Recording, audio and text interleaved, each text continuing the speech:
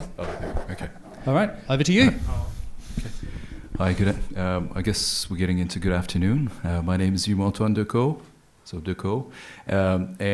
So I've had two lives. My prior life was fully sighted, and I was actually managing a team of 18 artists in 2D and 3D media.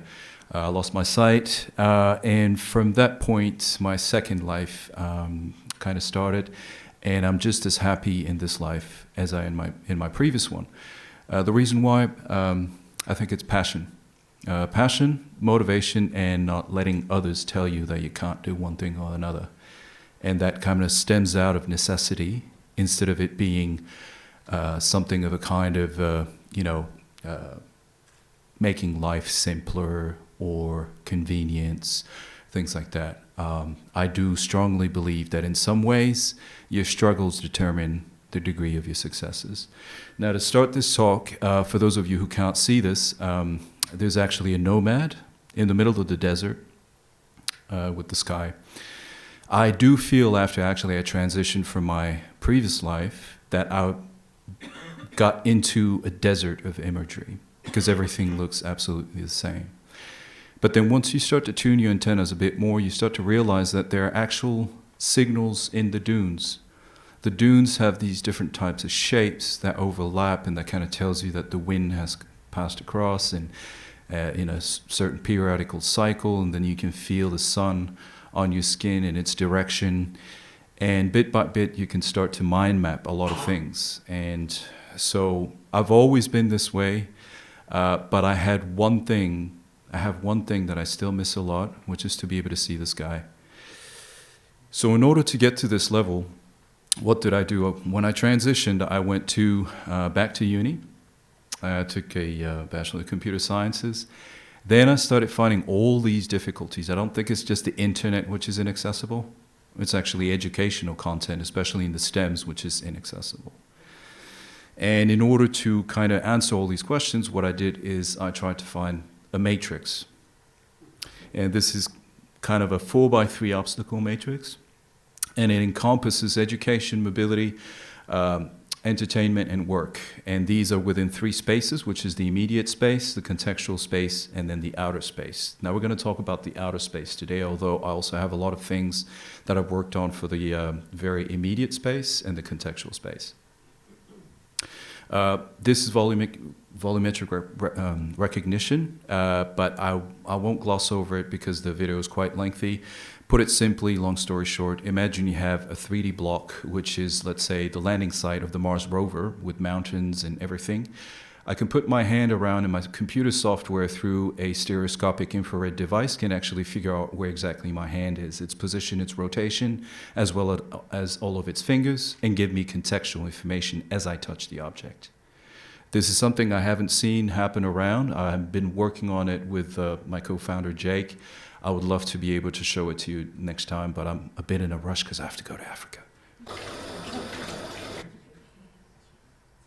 Now, let's talk about going into space. When I talked about the 4x3 matrix, it also includes something which is very important. That word is contextual.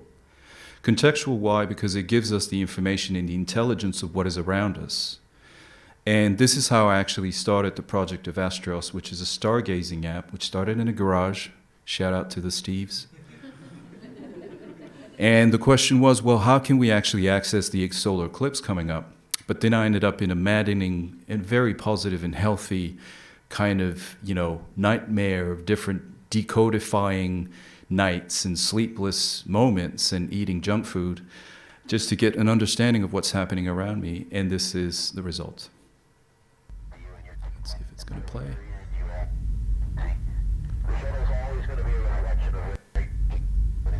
Good morning.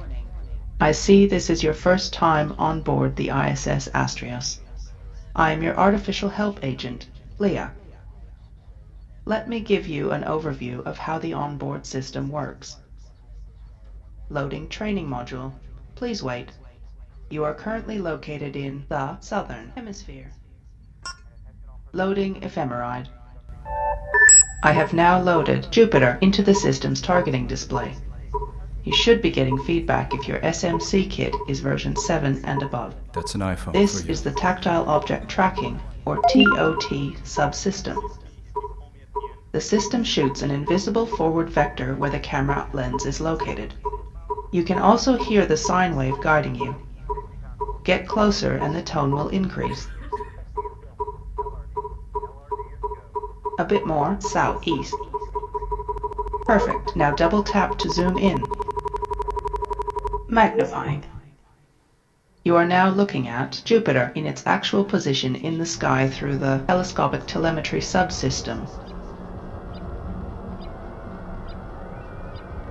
The frequency you hear is coming from the planet. Rotate around using your finger and dragging it around.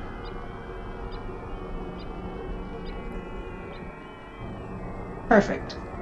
You can hear I'm going to stop it here, but this whole system actually has an assistive heuristic called LIA, and that's short for Light Electron Assistive Heuristics. It's part of accessibility, and it's actually using speech recognition as natural language processing to understand what you're looking at, what you would like to look at, and it learns from the dialogue that you will start to have with LIA as you look into what is the universe. Now, what is this universe? It starts with the NASA Horizon system, which has about 780,000 objects in our solar system. All of that information is actually contained within the app, and from there, it gives you a tactile representation of graphics. That means when you touch an object, such as the ISS, which is over here for those who can see, satellite. you can query all sorts of objects. Loaded. ISS. And Magnifying. so the ISS has multiple modules which are used for scientific research, and when you touch the screen on that module, it will give you information about it, as well as the fact that you can feel the shape of it. I find that pretty cool. And here is another object, which is out there, and there are 19,000 of them, and those are low Earth orbit objects. And what is interesting is that some of these objects have an undefined path, or they're called unknown objects. That's because they appear and disappear, even with some of the most modern technologies that we have. They just simply disappear. Now, those actually, I'm not speculating that these are extraterrestrials, but it just means that there's a lot of things out there that we don't really understand. Now, this app also allows us to check in real time the position of different spacecraft in mission. Like currently, one is called OSeyeris Rex, Ephemeris. Loaded. and it's actually going around this asteroid called Bennu, and it's giving a topological OSeyeris Rex view of it. Now, why I'm saying this is important is because if we can touch these objects and we can map the topological kind of, features of asteroids and things like that, that means that blind people like myself or others can actually study these phenomena. If we go a bit further, we can go into constellations.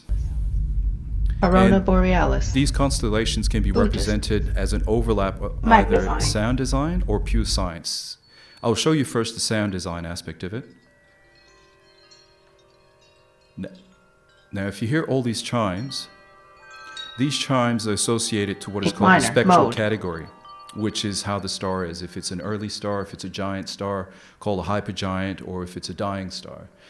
And these are mapped in 3D orientation. If you guys have a surround system Exoplanet at mode. home, oh yeah, you can also find exoplanets.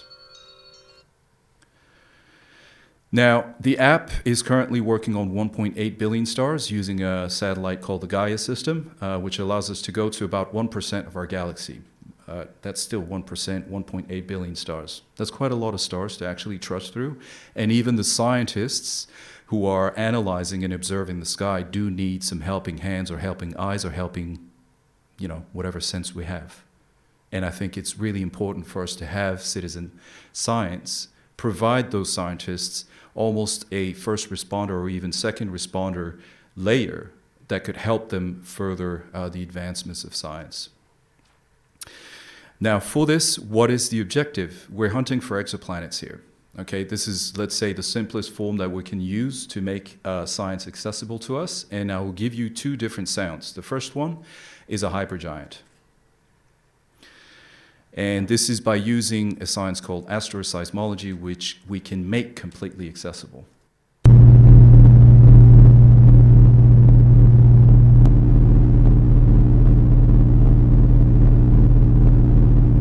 So this is an object which is just sputtering along. It sounds a bit like a Mustang G6, I wish, but it's actually not. It's a hypergiant.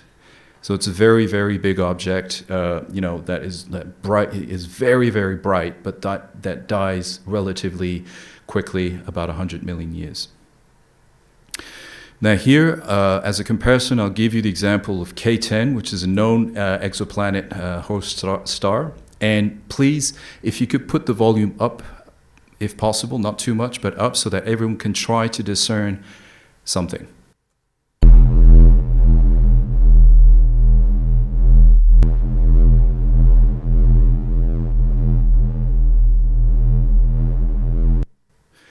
Has anyone been able to figure that there's a dip in the frequency?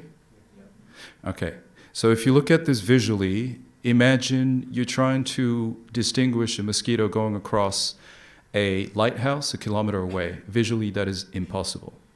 But with sound, this is actually possible. So I went to see a couple of doctors, professors, right, in astrophysics. And one of them actually told me that this was perfectly valid as a method to identify it, and I made sure that I actually gave her the visual representation of this so that we can make comparisons. But obviously, better to have two doctors than one. So I contacted someone from Caltech who was actually working on the TESS exoplanet mission. She also validated this. So this is where the excitement started. And decided to go further, to do galaxies, to do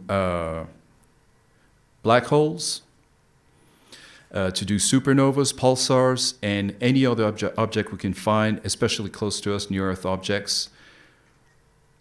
And this also somewhat won me the Holman Prize, the Blind Ambition for 2019, which is going to take me across the world. I have already started a couple of 3 or 4 podcasts now with multiple experts, in the aim of making astronomy completely accessible to blind people. That means I am at the bottom of the barrel, but if it is accessible for me, then it will be accessible for everyone, with lesser impairments. And this will involve podcasting and live Q&A sessions with each of the experts so that we can sort of determine what is the best creative way to make astronomy accessible, because I strongly believe that true innovation is the conjunction in the overlap of creative design and engineering innovation. And so I'll be following the footsteps of James Holman, and I'll be losing a lot of weight because there's a lot of camping. It's not going to be this kind of comfy little thing in a hotel. It's actually going out there into the field, finding the experts in the arrays, and to also try to understand the culture of humankind as we observe the sky, because when we do observe the sky and we're able to understand it, we can reflect it back onto ourselves and pose ourselves the question of why we are here on this planet and how far back have we been on this planet. I don't really want to kind of, ruffle some feathers, especially the religious ones here, but in honest truth, we have been here way longer than some books have told us. And we should be aware of that.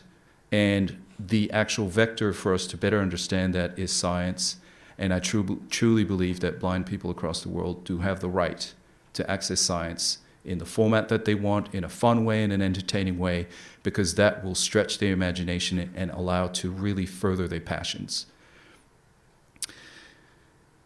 And well, this will be the conclusion of my talk. I will have to go to Africa, but if you're interested to discuss a bit more about accessibility, please get in touch. I don't bite. And also, one last thing, I do want to give a shout out to Steve Jobs, because he has gone to India, and on his way back, he understood that it was really important for blind people to also access computers.